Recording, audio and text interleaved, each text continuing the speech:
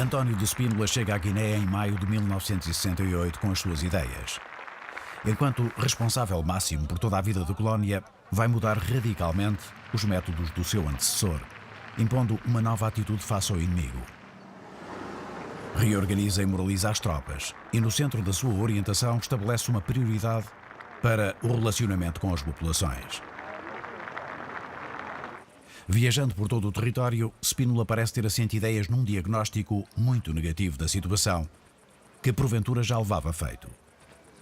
Pela região do Boé, que faz fronteira com a Guiné-Conakry, Spínola iniciou uma alteração do dispositivo militar, poupando forças.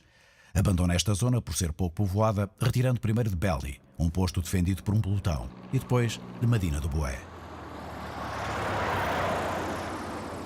O quartel de Medina do Boé ficava longe de qualquer centro urbano e há muito que estava praticamente sitiado, embora fosse uma posição muito forte e bem defendida. Era mantida por uma companhia de caçadores, alvo permanente da artilharia do PAIGC. Em Bissau, na base de Bissalanka, a Força Aérea respondia a pedidos de intervenção de todas as partes da Guiné. Conforme as missões, estes aviões T-6 eram municiados com diversos tipos de bombas, incluindo o napalm de 80 litros. Este aparelho vai armado com 2 bombas de 50 kg e 6 de 15 kg, que eram granadas de morteiro modificadas. No caso de Medina do Boé, os pedidos de apoio à Força Aérea eram frequentes e as áreas de intervenção estavam previamente articuladas entre os pilotos e o comandante da companhia. A Força Aérea era o principal aliado da Companhia de Medina do Boé, e não apenas em operações de fogo. Isolada durante os 6 meses da estação das chuvas, a unidade não podia ser reabastecida por terra. A guerrilha não só flagelava o quartel como atacava, com minas e emboscadas. Em 1966, a ideia era tomar Medina, onde a União Soviética quis construir uma base aérea que garantisse uma autonomia ao PAIGC face a Conakry. A vida era de facto muito difícil para os homens que ao longo dos anos garantiam a defesa do campo fortificado de Medina do Boé e do posto de Belly.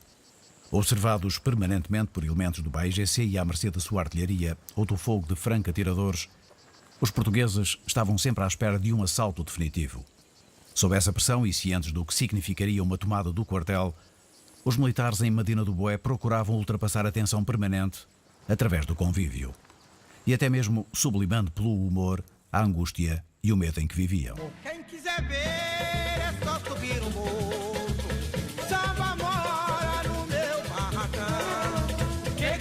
Para a tropa em Medina, a canção só foi alegria verdadeira no início de fevereiro de 1969, quando Spínola ordenou a retirada da companhia, numa decisão que, de início, nem todos os seus oficiais compreenderam.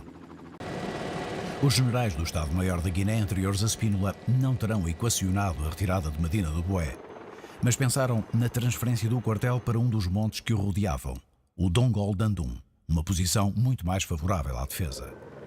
Hélio Felgas defende a decisão e é ele quem concebe o plano.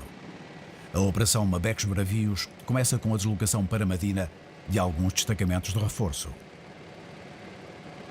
Partem de Nova Lamego, protegidos pela aviação, com a missão de apoiar a retirada. Ao longo do percurso encontram os efeitos da atuação da guerrilha, restos de veículos de colunas de abastecimento, vítimas de emboscadas e minas e até mesmo os destroços de um avião. Tal como até à região do Xés e ao rio Corubal, percurso que as colunas atravessam sem dificuldades, a distância que falta para Medina do Boé é percorrida com relativa tranquilidade.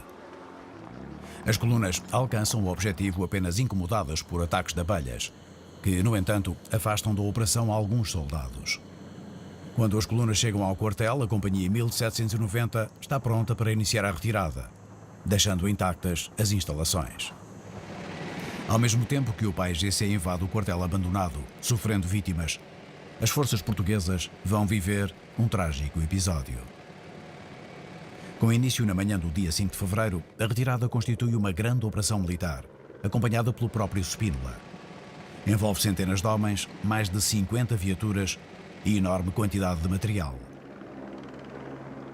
Percorridos os 30 km que separam Medina do Xés, durante os quais são levantadas várias minas anticarro, a coluna atinge ao fim da tarde e sem incidentes a margem sul do Corubal. A transposição do rio inicia-se de imediato. É feita através de 2 jangadas, uma delas construída para o efeito, e prolonga-se por toda a noite em dezenas de travessias. A meio da manhã, as jangadas estão a transportar os últimos homens que ainda restavam na margem sul do rio. Será a última travessia. Esvaziar as pirogas onde assentava a jangada implicava parar a operação por algum tempo. O comandante da companhia optou por embarcar todos os homens numa última travessia. Quando íamos a meio do caminho, desencadearam uns tiros de morteiro que ninguém estava à espera, não é? E que teve como consequência o homem do leme, o homem do barco, acelerou o motor do barco e aquilo fez o que é normal quando um barco acelera, que é levantar a frente, não é? Levantou, depois o gajo deu-lhe um berro o alferes, ele desacelerou de repente e aquilo fez o contrário. Portanto, a jangada não foi ao fundo, mas, portanto, neste movimento despejou umas pessoas. Portanto, Hélio Felgas chega a dizer que as imagens do morteiro são falsas, que não podem ser deste filme. Mas o seu autor é muito claro. O general José Nico, piloto da Força Aérea, conta que quando filmava a penúltima travessia lhe foi dito que após a última seria feito fogo de morteiro para a margem sul, o que aliás a operação previa. No ar estava um avião DO-27 e um helicóptero. José Nico explica que perante a informação muda então de lugar para filmar os morteiros. E é durante esta filmagem que recebe a notícia do naufrágio da última jangada. Imediatamente a seguir, José Nico filma estas imagens que mostram a jangada acidentada no meio do rio, enquanto alguns militares tentam as primeiras operações de socorro. É recuperada uma segunda jangada, que já estava armadilhada para destruição, que vai em socorro dos militares que tinham ficado na jangada do acidente, e que é depois rebocada, enquanto prosseguem as buscas para encontrar os náufragos. Morrem 46 homens, das companhias 1790 e 2405. Cerca de 2 semanas depois do acidente, é organizada uma operação de recolha dos corpos por fuzileiros e mergulhadores. Os recuperados foram sepultados nas margens do rio com as honras militares próprias.